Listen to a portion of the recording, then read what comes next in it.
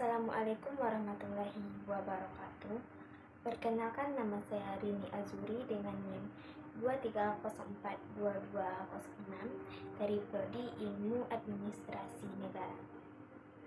Pada video kali ini, saya akan melakukan presentasi mengenai materi dari jurnal yang berjudul Strategi Platform Digital di Indonesia, Menavigasi Antara Teknologi dan Perekonomian Informal.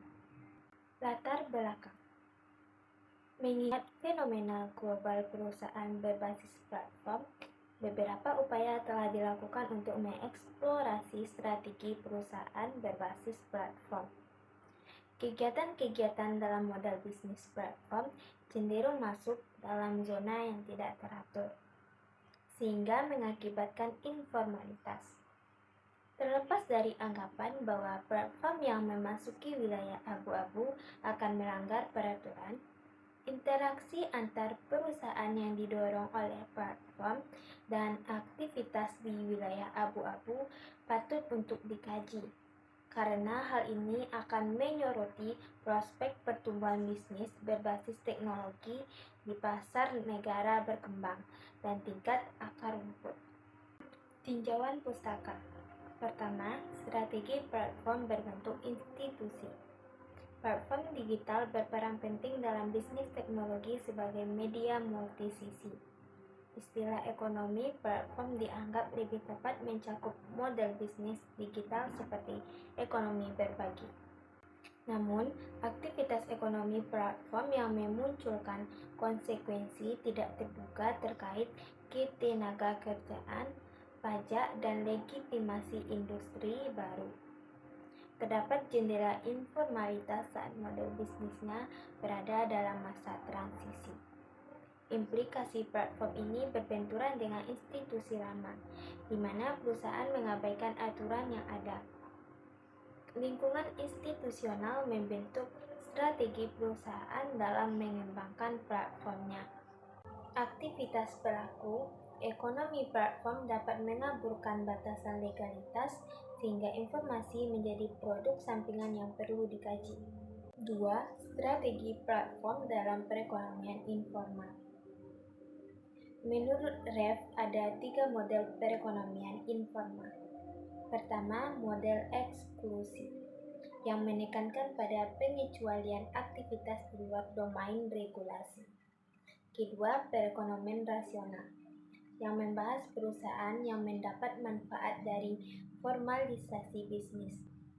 Dalam pandangan ini, praktik-praktik yang belum terdaftar secara hukum dianggap melanggar hukum dan cenderung melakukan penghindaran pajak.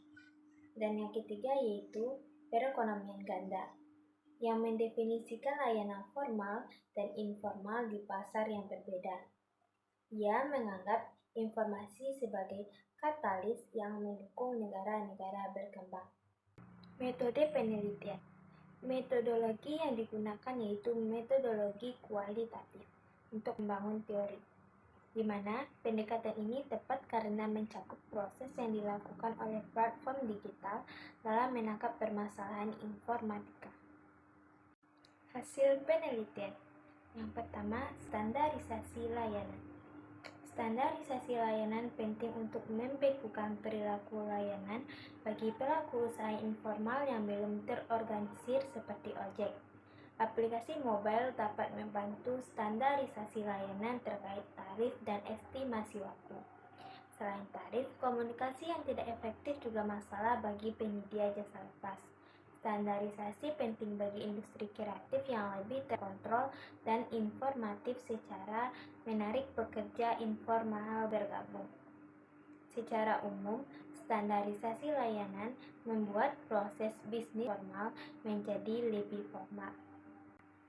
Platform online mendukung standarisasi dan menjadi perantara transaksi yang semulanya kurang termanfaatkan. Kedua, organisasi komunitas yang ada. Aktor informal membentuk komunitas untuk saling bertukar informasi yang merupakan strategi dari platform online. Komunitas ini membantu mengurangi beban penghindaran pajak dan usaha tidak berizin bagi pengusaha mikro. Meski kebanyakan komunitas kurang terstruktur, platform melihat ini sebagai peluang untuk menata ulang komunitas dan meningkatkan adopsi teknologi. Kewirausahaan diyakini mampu mengatasi permasalahan di kalangan berpenghasilan rendah. Meskipun kualitas produk dan layanan terbatas, platform membutuhkan waktu untuk melakukan pendekatan sebelum pasar mengambil alih sektor mikro tersebut. Ketiga, kreasi bersama non-karyawan. Ekonomi informal ditandai dokumentasi tidak tepat dan keengganan mendaftarkan usaha. Menempatkan usaha mikro di wilayah abu-abu, penerapan teknologi langsung sulit berhasil, seperti saat peluncuran aplikasi bagi pedagang kaki lima yang enggan beralih karena harus mengelola pelanggan ganda. Solusinya, platform merekrut non-karyawan untuk membantu penjual mengelola pasokan dan melayani pelanggan.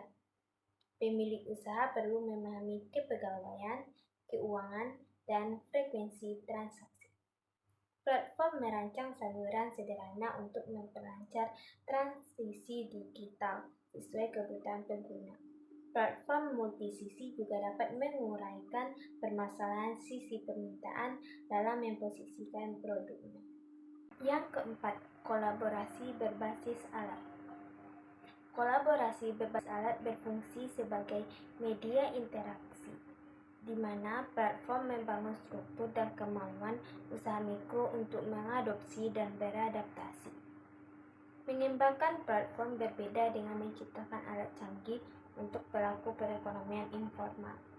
Sebaliknya, platform online harus fokus pada aksesibilitas bagi mereka yang kurang mendapat informasi atau terpapar pada alat dan media digital, karena karakteristiknya pekerjaannya.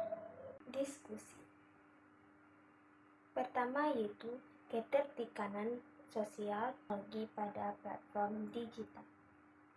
Meskipun institusi kerap dianggap sebagai kendala inovasi dan masuk tanpa izin dinilai sebagai pelanggaran prosedural, terdapat sejumlah poin krusial yang perlu diperhatikan dalam upaya mengintegrasikan pekerja informal ke dalam platform digital yang inovatif.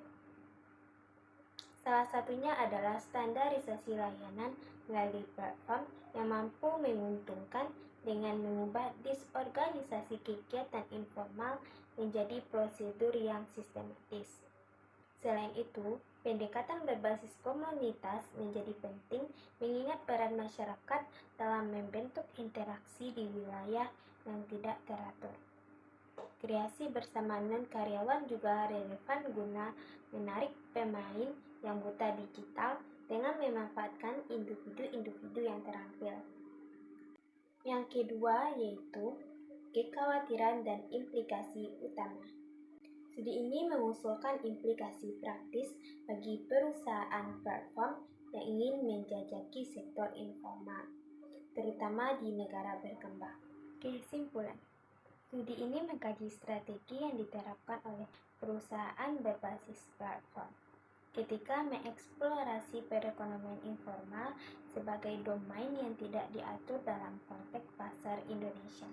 Interaksi tersebut tidak harus eksklusif, melainkan saling terkait, bergantung pada setiap tahap perkembangan yang unik, dan hal ini berkontribusi pada literatur mengenai strategi platform dan informatika dengan memberikan tantangan tambahan dan solusi yang memungkinkan bagi perusahaan untuk berhasil memasuk pasar. Sekian materi yang dapat saya presentasikan. Kurang lebihnya saya mohon maaf. Wassalamualaikum warahmatullahi wabarakatuh.